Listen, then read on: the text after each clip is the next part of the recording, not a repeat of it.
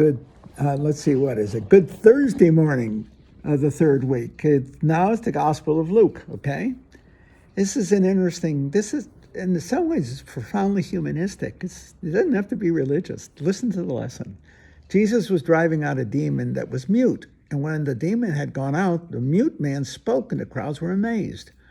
But some of them said, by the power of Beelzebub, the prince of demons, he drives out demons. Others, to test him, asked him for a sign from heaven. But he knew their thoughts, and he said to them, now here's your key. Boy, is this ever true. Every kingdom divided against itself will be laid waste, and house will fall against house. Boy, is that ever true. And if Satan is divided against himself, how will his kingdom stand? For you say it's by Beelzebub that I drive out demons. If I drive out demons by Beelzebub, by whom do your people drive them out? Therefore, they will be your judges. But if it is by the finger of God that I drive out demons, then the kingdom of God has come upon you. When a strong man fully armed guards his palace, his possessions are safe. But when a one stronger than he attacks and overcomes him, he takes away the armor on which he relied and distributes the spoils. Whoever is not with me is against me, and whoever does not gather with me scatters. Boy, is that ever true. See? Is that ever true? See? Every kingdom divided against itself will be laid waste.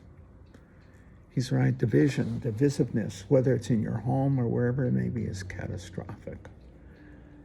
That's why even in the social arena, in the political social arena, internal division, if it's divisive and destructive, is catastrophic for a society, for any society. I know, I've been talking about my parents today. I don't know why I'm on that thing anyway. I don't know why, it's just on my mind. I don't know. Whatever.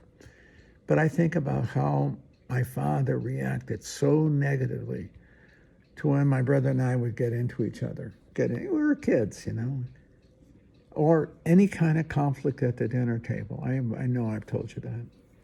See, at the dinner table, think of the Eucharist. You don't feud at the dinner table, and you never feud against each other. The only safe place is the home. There, we are actively family together. You never argue at the table. Now, that's a symbol. You never betray each other. My father, now that's my father talking. He had a very, very keen sense of the importance of the home, the family, the table. I think he grew up with that. You stick together. Your family, as a family, and as relatives, you stick together. That's very, very ancient morality. It's the neighbor. It's a belief that your moral obligations start with the immediacy of your home, and by concentric circles works outward, including your relatives, your neighbors, your friends, etc., etc. It's called inside the pale. The pale goes all the way out to your neighbors.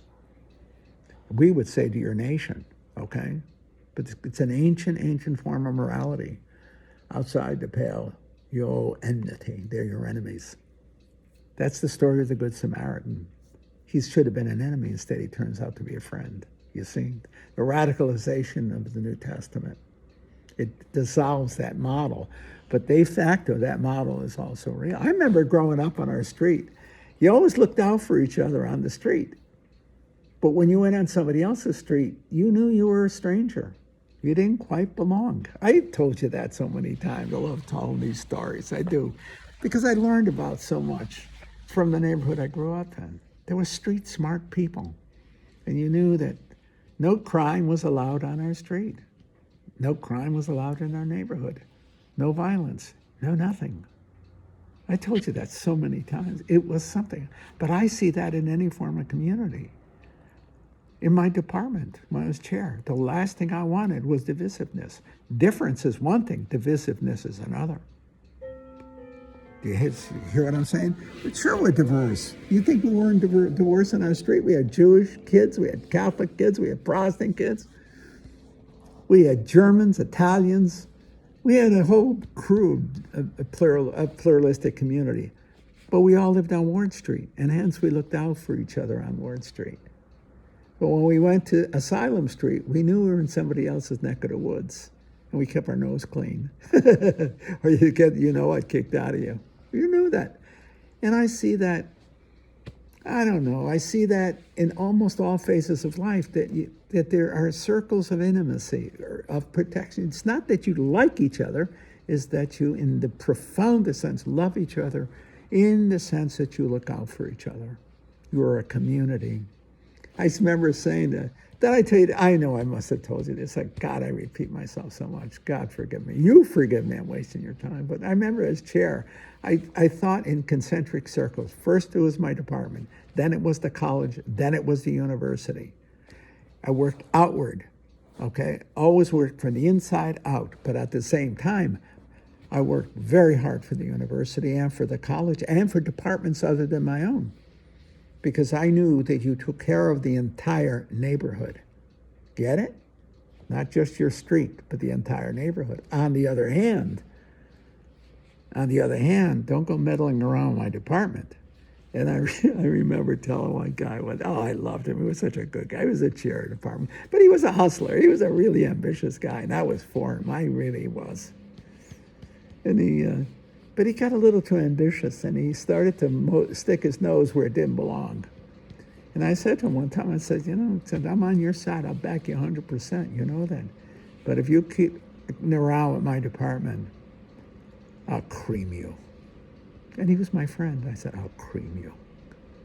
He got the message. Don't mess around with my department. I won't mess with yours. I'll look out for you, in fact. I'll actually defend and work for you. But don't you ever stick your nose in my department and do us harm. You can help us, but if you try to hurt us, you'll never know what hit you. I know. And he was my friend. Yeah. But the circle of friendship starts internal and then works its way out. Anyway, that's street stuff. I remember saying about another chair, if he grew up in my neighborhood, they would have kicked the crap out of him a long time ago. Why? Because he was a guy who stuck his nose where it didn't belong. He was a jerk. He was a jerk. He didn't know his limits. Played rough in the sandbox with everybody else. Okay, in my neighborhood, you'd have got the hell kicked out of you. Okay? You would have. You wouldn't even dare it. Just people would straighten you out. Not they're going to hurt you. You know it. I don't know how else to say it. You know not to mess around in your neighborhood. These guys, in many ways, don't know what a neighborhood is. That's my experience. They come from the suburbs. They don't know what a neighborhood is. They don't know. Maybe I'm wrong. No, I'm not. You had to grow up in the city, in the street. You had to grow up in a tight street neighborhood. Then you knew that your security and your well-being, we don't even have to think, it comes from your neighbors. You stick together. See? The 28 years I ran my department, I ran it like a neighborhood. Took care of my own, even if they didn't like me. Some guys did not like me, but I never undercut them. I took care of them. Yeah. I never took sides. Never took sides. When a friend of mine became chair of another department, he asked me how to be successful because I had such a long career. I said, don't take sides. Don't take sides. That's the truth. Don't take sides. Not so far as your chair. See? Why? Or any leader. Because your job is to keep the thing whole. See? Don't make enemies out of friends. Or potential friends. Or even acquaintances. Look out for each other. That's the truth. That's neighborhood stuff. You learn that when you grow up in a neighborhood. You learn that. You learn how to look out for each other. Not because you like each other, but because you need each other as friends. You got to keep the neighborhood intact. That's the truth. I'm so glad I grew up where I grew up. I learned more in the street of New Haven than I learned anything else anywhere else, by far. That's what somebody said to me once. I told you that just now. I said to me, where'd you get all this, your political sense? I said, the streets of New Haven, Ward Street in New Haven. This guy was a Yale grad, too, a PhD from Yale, and he asked me that. He was the chair. Where'd you get your political sense? I said, Ward Street off Congress Avenue. You should have known where Congress Avenue was. You know, 4th Street off Congress Avenue. It's the truth. What we lacked in PhDs in education, we had a profound sense of reality. The guys on the street, the adults, suckers, they weren't. They were smart. They were street smart. And in the end, it's a virtue.